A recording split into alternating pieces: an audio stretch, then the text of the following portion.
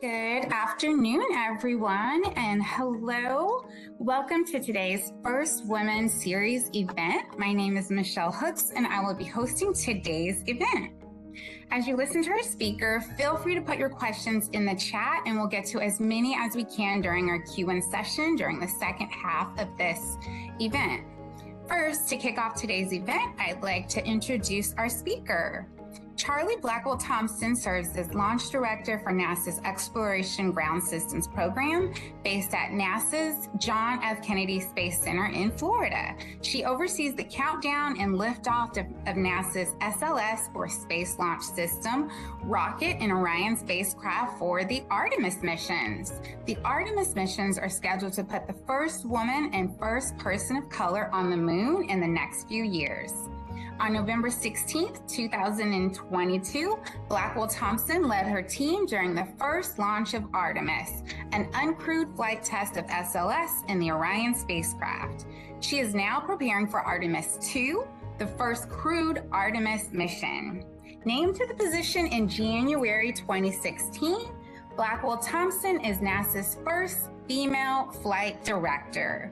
Without further ado, I'd like to hand it over to Charlie. Well, good afternoon, everyone. It is my pleasure to be able to spend an hour with you this afternoon and talk a little bit about this amazing Artemis mission and talk about my path to being the launch director. If we could, I sometimes ask, what does a launch director do? And so what I'd like to do is start our presentation with a video. EGS Chief Safety Officer. The EGS CSO verifies the SLS Orion and EGS CSOs have no constraint and are go for launch. Range Weather. Weather has no constraints and weather is go for launch. And Mission Manager, Launch Director. Launch Director, Mission Manager on 232. The mission management team has been pulled. You have a go to proceed with terminal count and launch of Artemis I. On behalf of all the men and women across our great nation who have worked to bring this hardware together to make this day possible, and for the Artemis generation, this is for you. At this time, I give you a go to resume count and launch Artemis I. And here we go. T-minus 10, 9, 8, Sound suppressor walk. 7, Floating. 6, 5, 4, Stage engine start. 3, 2, 1, and liftoff. We rise together back to the moon and beyond.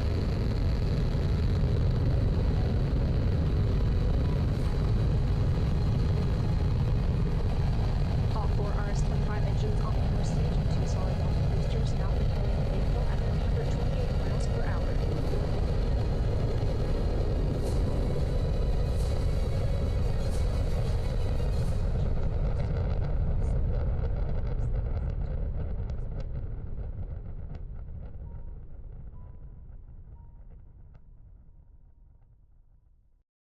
I've seen that video a number of times, and it never gets old, seeing that incredible vehicle lift off of the pad.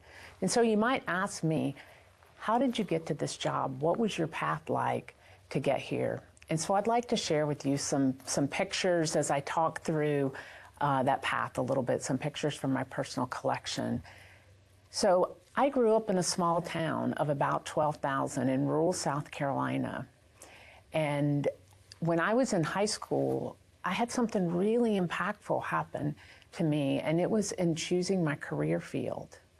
So I had an incredible teacher, and I know that I'm speaking to students and teachers today, and I had an incredible teacher who asked me, he was my physics teacher, who asked me, what do you want to do when you go to school?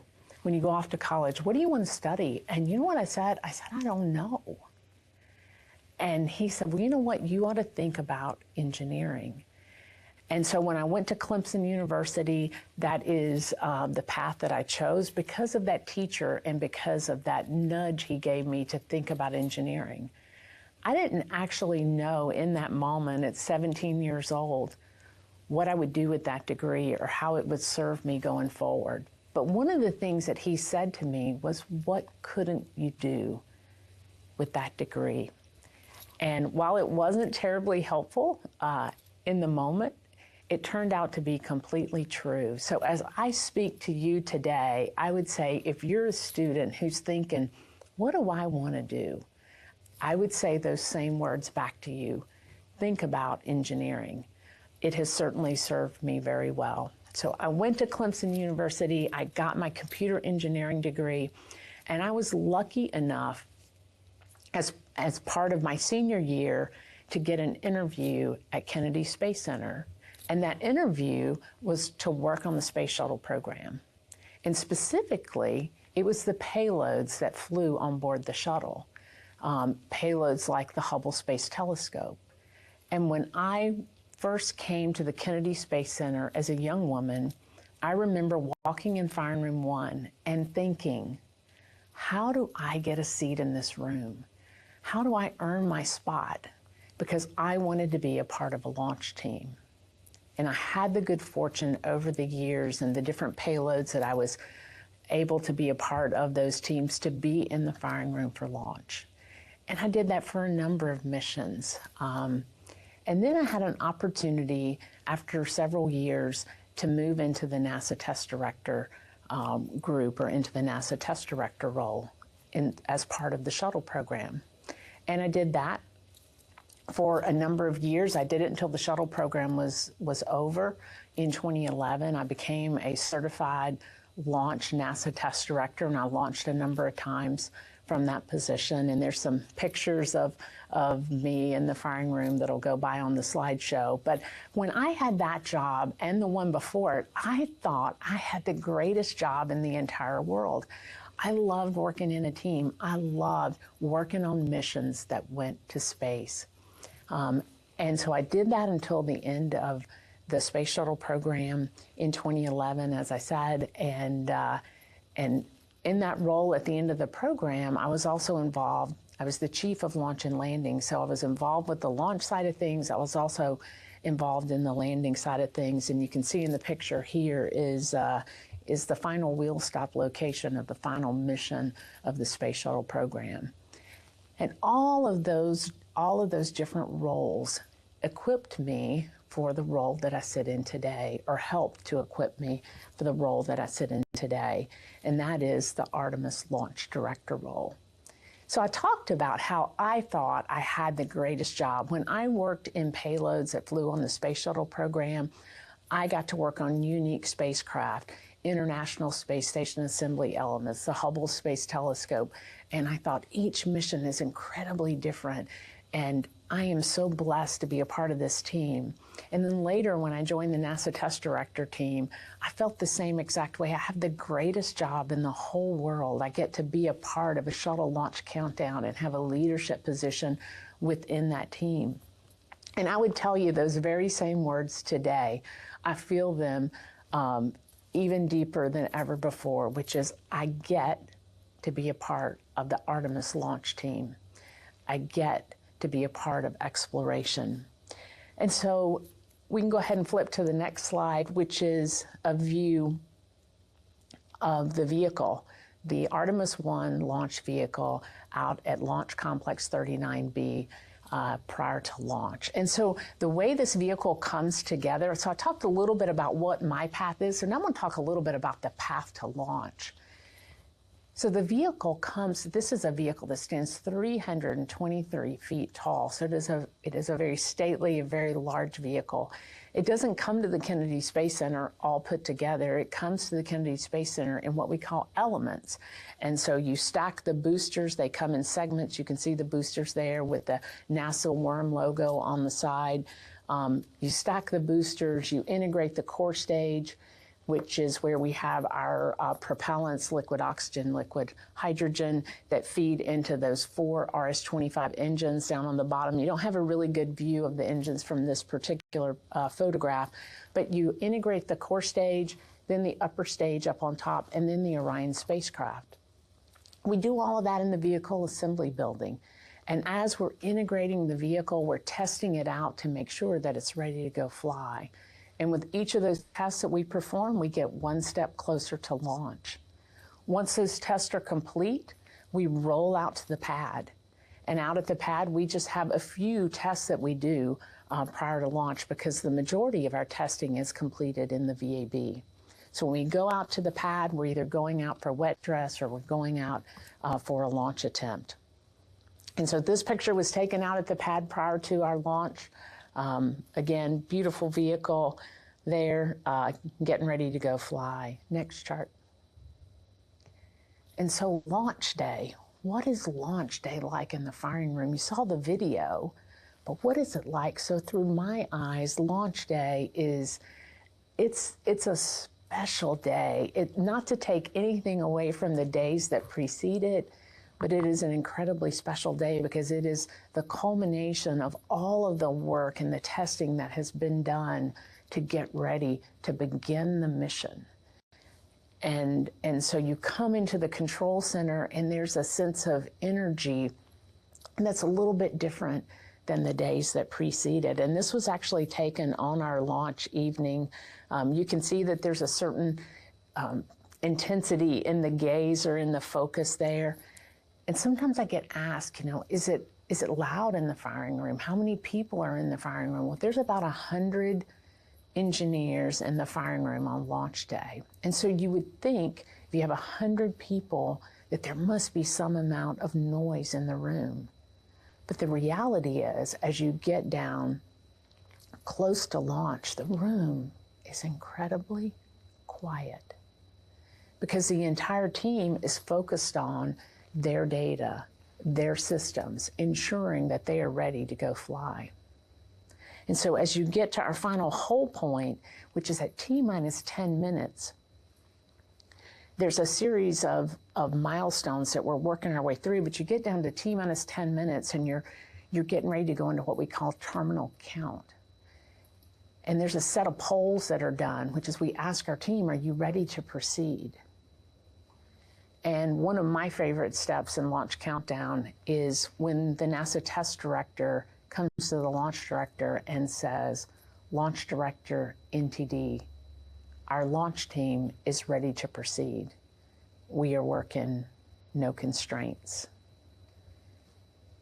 And on November 16th at 01:37 in the morning, approximately, the NTD came to me and gave me that step, and I performed my final poll for launch. And shortly thereafter, I gave the direction to the NTD to pick up the count and launch Artemis I. And the countdown clock is at T-minus 10 minutes and counting. And there's a countdown clock in front of me and in front of the folks in the front of the room. And I must have looked at that countdown clock tens of times, maybe even 100 times, glanced up at it as the GLS operator announced over the loops, over the comm loops, that we were at T-minus 10 minutes and counting. And on that night, it was the first time that we had been to that point in launch countdown. We had had a couple of launch attempts prior, but we didn't get that far.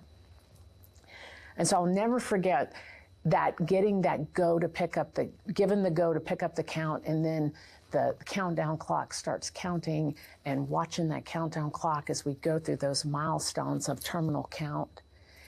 T-minus 6 minutes is enunciated. It is a milestone where when we count through that, we have very limited hold time remaining. And so as we get into that final few minutes of launch countdown from 10 down, there's very little talk over the loops. You will hear the ground launch sequencer operator enunciate different milestones. So at T-minus 5 minutes, you'll hear GLS's go for FTS arm. And shortly thereafter, we begin arming certain aspects of our systems. We terminate propellant flow to the vehicle. We begin pressurizing tanks at T-minus 4 minutes. We start spinning up APUs, and we count down to T-minus 1 minute, 30 seconds. We begin to transition from ground power over to the flight vehicle power and batteries, and you begin to count into that last minute and a half of launch countdown. And as you get into the handover between the ground launch sequencer and the ALS that is on board the core stage, which is the autonomous launch sequencer, you do that handoff. And then one of the next calls that you hear is GLS is go for core stage engine start. The countdown clock is at T minus 10 seconds. T minus 10 seconds. And then at about 6 seconds, you begin to get the stagger start on those RS-25 engines. And then 5, 4, 3, 2, 1, booster ignition and liftoff. And the picture that is right here in front of you is the beginning of the mission. It is the moment that this team has worked for and toward for a really long time. Next chart. This is one of my favorite pictures from the mission. It was an incredibly successful mission. We had flight test objectives. This was an uncrewed flight. I probably should have said that at the beginning. It was an uncrewed flight. We had test objectives related to checking out the vehicle that were part of it. We met all of those test objectives as part of the mission. But this picture to me is the epitome of exploration. It's one of my favorite from the mission because you can see the spacecraft and you can see our home planet and then you can see the moon in between. And I can't help but think about, as we move forward in exploration, as the Artemis generation takes us to new destinations, what will that entity be that is between where our crews are and where our home planet is? Next chart. And then after 25 and a half days on orbit, Artemis I splashed down in the Pacific Ocean off the coast of San Diego. It was an incredible moment, an incredibly successful mission. And our EGS team, who was led by Melissa Jones, our landing recovery director, was part of or led the operations for the recovery of the Artemis I crew module. Next chart. And I got an opportunity to be a part of the bookends of the mission. And so this is one of my favorite photos. I said I had a favorite photo during the mission, and this is probably one of my favorite photos after splashdown. And you can just see the kind of the joy there amongst the team members. And again, this is Melissa Jones along with her team that was responsible for the recovery efforts. I got an opportunity to go out to San Diego and to be on the ship shortly after the recovery ops had wrapped up. And so it was really a very special moment for me to be on the front of the mission and then to be there to support the team at the end of the mission. Next chart. So this picture I included, this one's special to me for, as I go through this briefing, I talk about this was my path. This is the path to the pad. This thing was very special to me, and here's why. And I'm going to tell you why this photo is very special to me, which is this was taken during Women's History Month this past year or this year. And, I think about photos from the Apollo days when we went to the moon the first time. And I can remember from Apollo 11, there was one woman in the firing room. And out of 450 engineers, just one. And so I love this photo because to me, it speaks to the makeup of our team. It speaks to the way our team has changed over the years. And it's much more reflective of the society that we live in. So, and this is one of my, I would say, projects of the heart, that every year we gather the women of launch control and we take a moment to spend a little time together and take a photo, and then certainly work together routinely throughout the testing and launch phase. Next chart. So this chart shows the series of missions for Artemis. So what is Artemis all about? Artemis is about returning to the moon. It's about returning to the moon in a sustainable way. And so our first flight was a non-crewed test flight. It was about testing out the rocket, testing out the flight systems. Artemis II is about crew, and it's about adding crew into this vehicle and flying it. And then certainly Artemis III is boots on the moon. We will return to the moon once again. And then Artemis IV and beyond, you continue to add capability that allow you to explore different areas of the moon, to explore different areas of our solar system with things like Gateway. Next chart. But the one thing I would leave you with in this presentation for our Artemis generation is this is about returning to the moon. It is about returning to the moon in a sustainable way. It's about returning to the moon and learning and growing so that you can apply those things to other exploration efforts like Mars. And what I would say to the Artemis generation is we are just getting started, and I can't wait to see where you will take us. And I think now we're off to questions. Yes, that was so inspiring. Thank you so much, Charlie, for sharing about your path and giving us a sneak peek behind the curtain of the Artemis missions. We have questions rolling in from students all around. And the first one that we will get to is, what's it like working for NASA? Haley would like to know. So what's it like working for NASA? I absolutely love working for NASA. I love it for a whole lot of reasons. The first one is I love working with the NASA team. And when I talk about the NASA team, it's not just at a single center. It's not just team members that are NASA direct employees, but it is our NASA and our contractor workforce. But I feel really blessed to be part of an incredible team, a team that is focused on the mission, a team that is about achieving something greater than your individual efforts. It's like a multiplier. You know, if you think about if you play team sports, or maybe you play an instrument in an orchestra, and you think about what that single instrument sounds like and how beautiful it can be, but how much bigger it is when you combine it with others. And so to me, that is one of the wonderful things about working for NASA, is that you have this incredible team. I would also say that one of the things that I love about working for NASA is the mission. It is about doing those challenging things. It is about following the data and figuring it out. It is about the curiosity of where will you go next and how will you get there.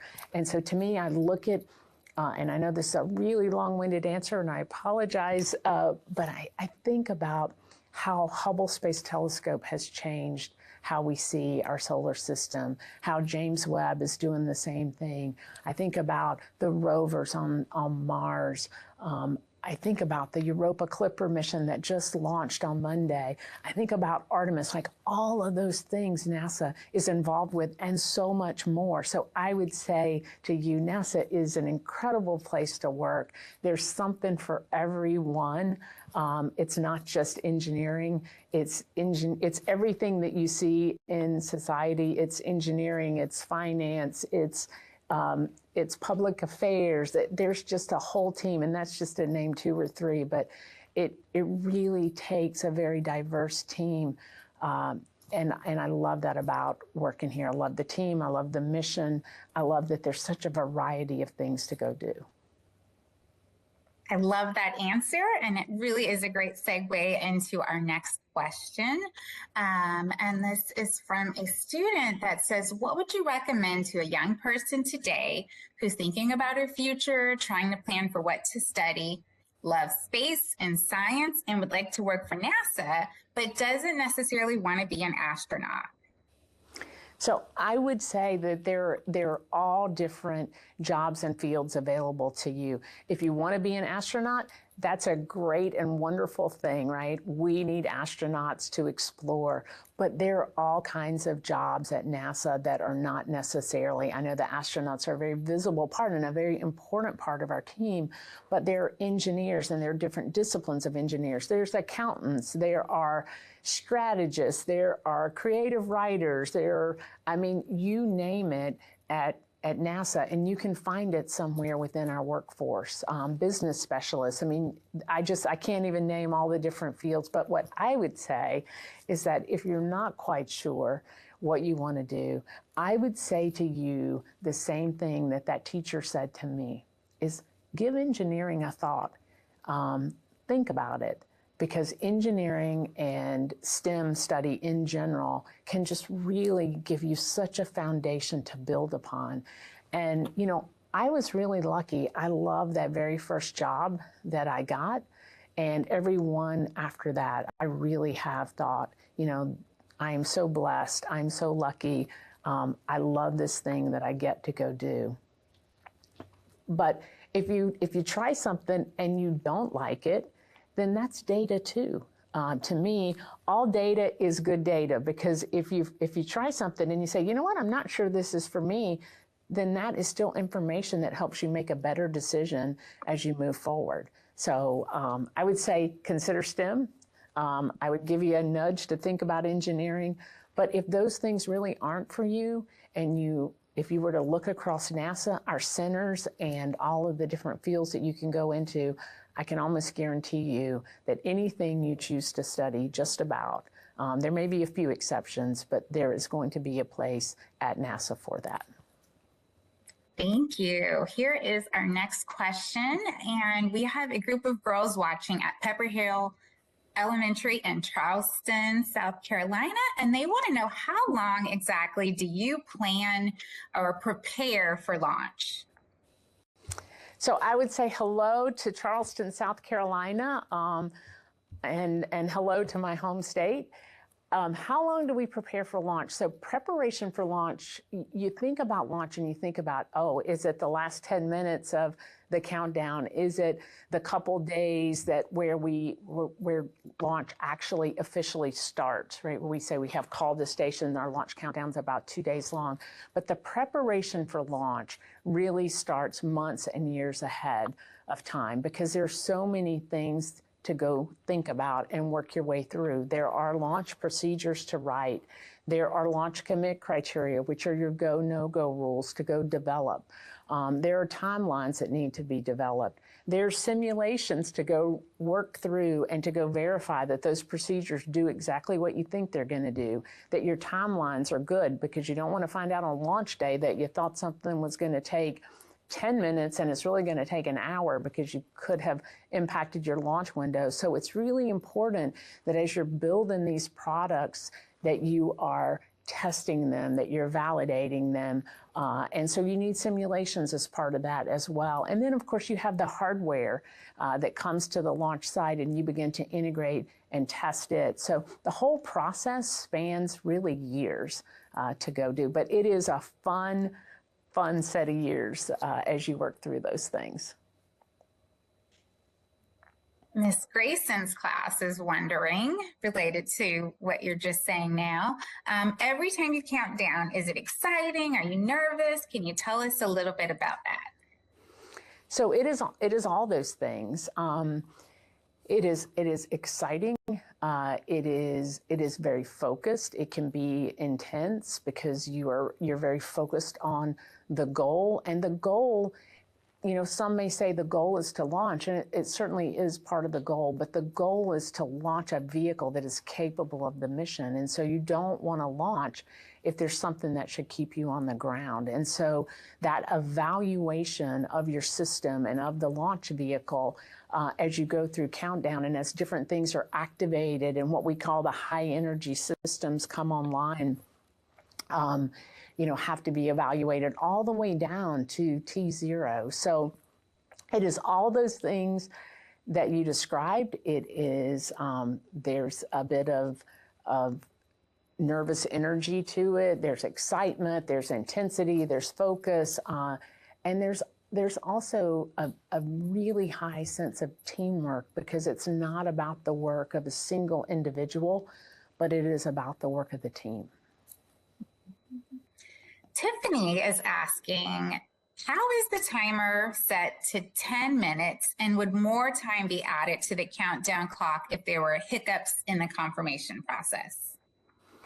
So the answer is yes and no, and I'll explain it. So at T minus, the reason I'll kind of talk through the logic of that. So T minus 10 minutes is what we call the whole point. And so the countdown clock will count down to T minus 10 minutes, and it will stop there. And we have a planned hold, and that hold is 30 minutes. And so we will stop. The countdown clock doesn't run. We complete a series of work to make sure that we're ready to go, and make sure that we don't have any constraints, we're not working any issues, and then we plan to pick up the count. So if we were to encounter an issue or we had to go resolve something, we can sit there in that hold. So we add time, but we don't actually add to the T minus 10 minutes. So T minus 10 would just stay on the countdown clock, but the countdown clock would not move. But what we would do is add time into that hold. Very similarly, we don't have any plans to stop the countdown from T minus 10 minutes down to T0. But if we were to have something that came up where we needed to, we have hold points where we can stop. And so the countdown clock again would stop wherever we were, be it 5 minutes, a minute 30. And we would go work our way through the issue, and then we would give the go to pick up the countdown clock and count down. So effectively, the answer is, do you add more time into the count? If you need to resolve things, the answer is yes, absolutely. But the countdown clock itself, we do that by stopping the countdown clock, if that makes sense. And so you actually hold at a certain milestone. That's so fascinating. You shared a number of pictures that students are really interested in. And we have a question about how you learned to use all those buttons and equipments that students saw in that firing room that you shared. So let's see, I'm wondering which picture that was that they were looking at, but how do you learn to use the different, I'll call it, tools that are available to you in the firing room? And it really comes with practice. I mean, it comes with book study. It's a lot like being in school. You know, you start out and you're studying your work and your book study, and then you are moving into our simulations are a great tool for that, where you are going through the motions of launch countdown. If you need to hold the hold switch, right, we practice that in our launch simulations.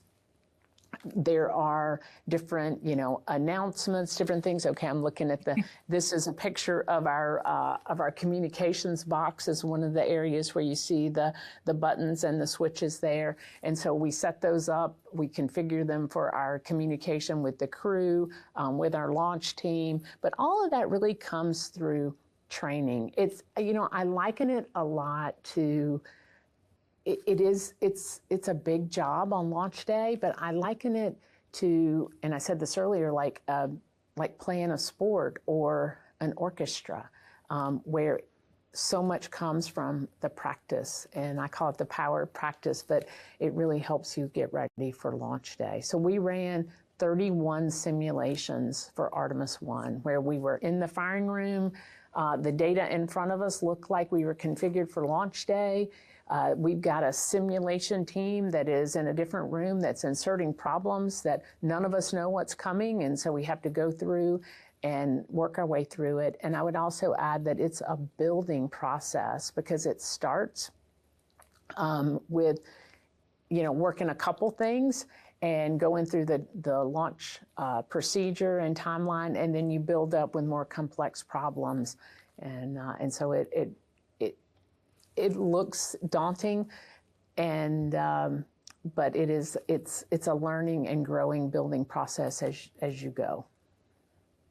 You spoke to the power of teamwork for Artemis missions, and we have a student, Tiffany, who's wondering if you could share some of the non-engineering scientific fields or just non-engineering roles that the launch team works with closely. Okay, absolutely. Well, one of them I would offer to you is the team that I'm working with here today, right? I'm really blessed to work with a team that is doing this production, the video production, that's helping with the communications across the miles.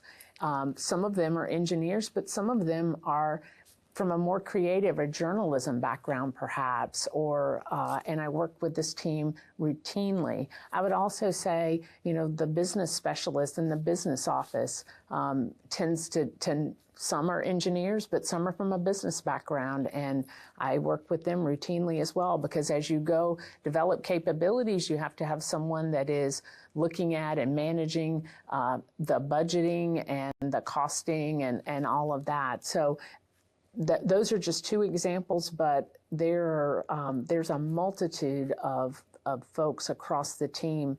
Those are the two that come to mind first, but you don't have to be an engineer to work with or interface with the launch team.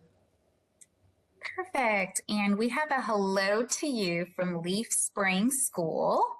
And they have a great question. What is the advantage of studying space, and how will your work impact our future? So what are the advantages of studying space? Well, you know, I think there are great advantages in studying space. I think it helps to unlock the imagination. I think it helps to unlock the scientific discovery and technology advancement. So I think there is great benefit in exploring, not just in studying, but actually exploring our solar system. I think about all that we've learned from going to the moon the first time. I think about all that we have learned over the course of, I'll say, my career. And, you know, from the International Space Station, from the Hubble Space Telescope, from different payloads that have gone and served different functions over time, and all of the data and information that comes back from those and how it's really changed. You know, I think about the pictures that I see in my children's science books, and I see that a lot of them came from the Hubble Space Telescope, and I think, wow, how different our understanding is as a result of that incredible telescope, that incredible spacecraft. So I think studying and exploring, I think, has great benefit. I think there are technology advancements that come as a result, scientific discovery. I also think it inspires the next generation of engineers, scientists, and explorers. So I'm a big advocate for that. Let's see, and then the second part of the question was, how will your work impact our future? So I believe that the work of the Artemis team will absolutely impact the future. I think it'll impact the future of exploration. I think it will impact technology. I think it'll impact scientific discovery. If you look at, you know, samples that we collected from the moon during the Apollo program are still being studied today. We are still learning from them, even though that's over 50 years ago.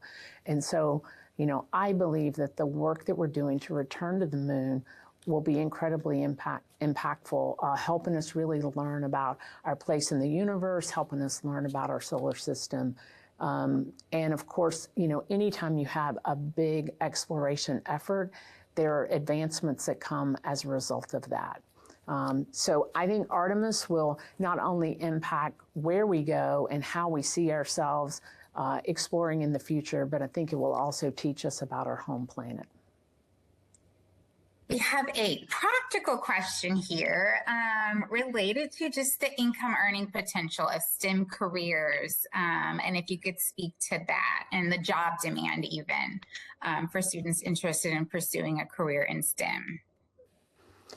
Well, I don't have figures in front of me today to share, but I would say that there is great earning potential in STEM careers, because when you look around, there are careers within NASA, there are careers within private industry. It spans, it's not just, while I love exploration and I love what we do at NASA, but if you look just across the many different career fields and you think about a STEM career, it can really be in any area that you're interested in, anything from design and development to operations to test. Those are aspects of engineering, but there's also different industries. I mean, you think about exploration in space, you think about technology development, you think about information systems, you think about energy. I mean, STEM spans all of those. So I would say the earning potential is great, and the number associated with the various salaries would really depend on the industry. Thank you. That was a very insightful response. And there's so many great questions. I'm trying to pick the last like one or two here. Alejandra is in 5th grade, and she wants to know if you have a favorite teacher you remember from school that inspired you. I absolutely have. I had some incredible teachers. Again, I went to school in rural South Carolina. That physics teacher that I had in my 11th and 12th grade year was incredibly inspiring to me. I really credit him for giving me that nudge to think about engineering. I don't know if I would sit here today if it hadn't been for him encouraging me. Because I don't know what I would have picked when I went away to school. It was his very words when he said, Charlie, you ought to think about engineering. And he was an incredible teacher. He was a hard teacher. He challenged us. Physics wasn't always easy, but he made it fun to learn, and he broke it down so that it was easier, not easy, but easier to understand. And while doing all of that, he also looked at each of us as individuals and encouraged us as individuals and as students. And so I find that he was incredibly inspiring, and I owe him a debt of gratitude. Love that. And we have a question from middle school girls from Queensbridge, New York, and they're wondering, have you always been interested in science since childhood? So that's a fantastic question. So my thing growing up that I absolutely loved, there were two subjects that were my favorite, and one was math. I absolutely loved math. Numbers made sense to me. And so I always enjoyed my math classes. And then I also enjoyed some of the creative writing pieces of school and study. And so when I think about, how did I end up kind of here, or how did those things guide me to here? I think it was a series of events, right? I loved math. And so when that physics teacher said, have you thought about studying engineering? I thought, well, I like math, so that's probably something to think about. And so I think that had a part of it. Sometimes I'm asked, did you know you always wanted to work for NASA? And the answer to that question is, I knew that I was always curious about exploration. I can remember as a grade school student at the end of the Apollo program watching those moon landings and just being so curious about that. But to be honest with you, I didn't know what that path looked like to go work for NASA. How would you navigate that? So when someone asked me, did you know that you always wanted to work in space? The answer was, I don't think I knew that. I knew I was really curious about exploration. I knew I loved math. I knew I loved some of the creative studies, creative writing, and whatnot. But in terms of like how I would take those things and navigate to where I am today, I would say as a youngster, that path wasn't incredibly clear to me. But what I would say to all of you is study hard, find that thing that you love. There's no substitute for hard work, but find that thing that you love. And even when something is challenging, which, engineering school wasn't always easy. It wasn't always easy for me.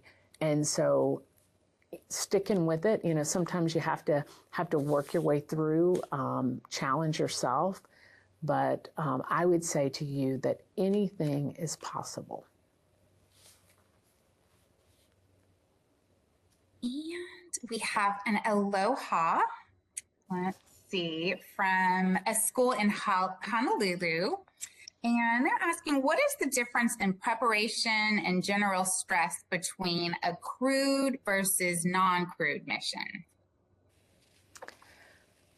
So the preparation is very similar. As we get ready for Artemis II, it's the same and it's different. And so I'll talk a little bit about that. So we learned a whole lot about launch ops as part of Artemis I. And so we want to take all of those things and we want to apply that to Artemis II, right? All of those lessons learned, the framework of the launch countdown, the power of practice, the simulations, all of those things, we want to make sure that we roll that into Artemis II. But there is a difference, right? We're from crew. And that isn't lost on this launch team. It certainly isn't lost on me, the responsibility of making those decisions, and that there are humans involved in this mission. And so there are also additional systems that come with that. So to answer your question in a short way, is there additional preparations? Absolutely. Are there additional systems that we have to go configure and monitor? Absolutely. Is there additional things we'll account for in the countdown itself? Yes, there is, and there'll be additional launch commit criteria that go with those things. So it does come with additional capabilities, additional systems, additional verifications, and I would say an additional responsibility. But you build on the framework that you put in place for Artemis I. Okay, and that brings us to our next question, which is from Ash. What lessons did you and your team learn from Artemis I launch that will be applied to future missions? And maybe like one or two, not all of them. So there was a couple that we had from Artemis I. The one that springs to mind first is, one of the things that as we went through our tanking operations, we had some challenges with hydrogen leaks, and hydrogen is incredibly for its propulsive capability, it's hard to beat the performance, but it is also known that it can have leaks. And so as we worked our way through that, one of the significant lessons that we learned is we had a plan, right? When we went into Wet Dress 1, we had a plan. We found that we had some challenges with, as we increased our flow rates, as we increased our pressures, we started to see that in certain areas that we could see some hydrogen concentration, maybe we had a little bit of a leak. And so we learned to how to manage that. And one of my peers, the SLS chief engineer, John Blevins, he'll say sometimes, we're learning the machine. And so as we went through that very first flight of putting this vehicle together for the first time, you are going to learn things. And what's important is that you roll that in to the next time you try it, or you roll that into the next mission. So for us, there was an incredible amount of learning that came from how we go load hydrogen into this vehicle. And by the end, it was amazing to me at launch countdown attempt number 3, which is when we launched, how quiet it was in that loading operation of that propellant. There were really no significant issues at all, and it was because of those lessons learned. And so we'll take all of those things and we'll apply them to Artemis II. That's just one of many, but that's the one that springs to mind first. Perfect. Thank you. And I think this is our very last question. And I will let you add any comments or anything you'd like to add to it. And this is students, can't see where they're from right now, asking, as the Artemis generation, how can they help you? So how can you help me? I love that question. So I don't know who asked it or which school, but I want to applaud that question. How can you help me? So you can help us as we navigate the path forward. You can help us by being that next generation of creative minds that determine where we go and how we go. You can be that next generation of launch team members, of flight controllers that are working the mission, or astronauts, because this is not a let's go to the moon and we're done, right? We are going to the moon. We're going to go to the moon to learn. We're going to go to the moon to stay, and then we're going to go on to Mars. And then what beyond Mars? I don't know. But what I do know is I'm going to be cheering on this Artemis generation when they make those decisions and when they navigate that path forward. So what can you do? Take us there. Couldn't think of a better way to wrap that up. And I'm not sure if you see the chat with all the emojis and high fives and cheering. Thank you so much, Charlie, for taking the time to share your NASA story and to inspire so many students during our very first Woman Virtual Connection. You are a true inspiration to us all, and we have enjoyed listening and gleaning some of your insight and wisdom. For those of you who have tuned in, thank you so much for your questions. We got to as many as we could. We appreciate your engagement. Have a great evening, everyone. Thank you again, Charlie, and until next time. Thank you. Go Artemis.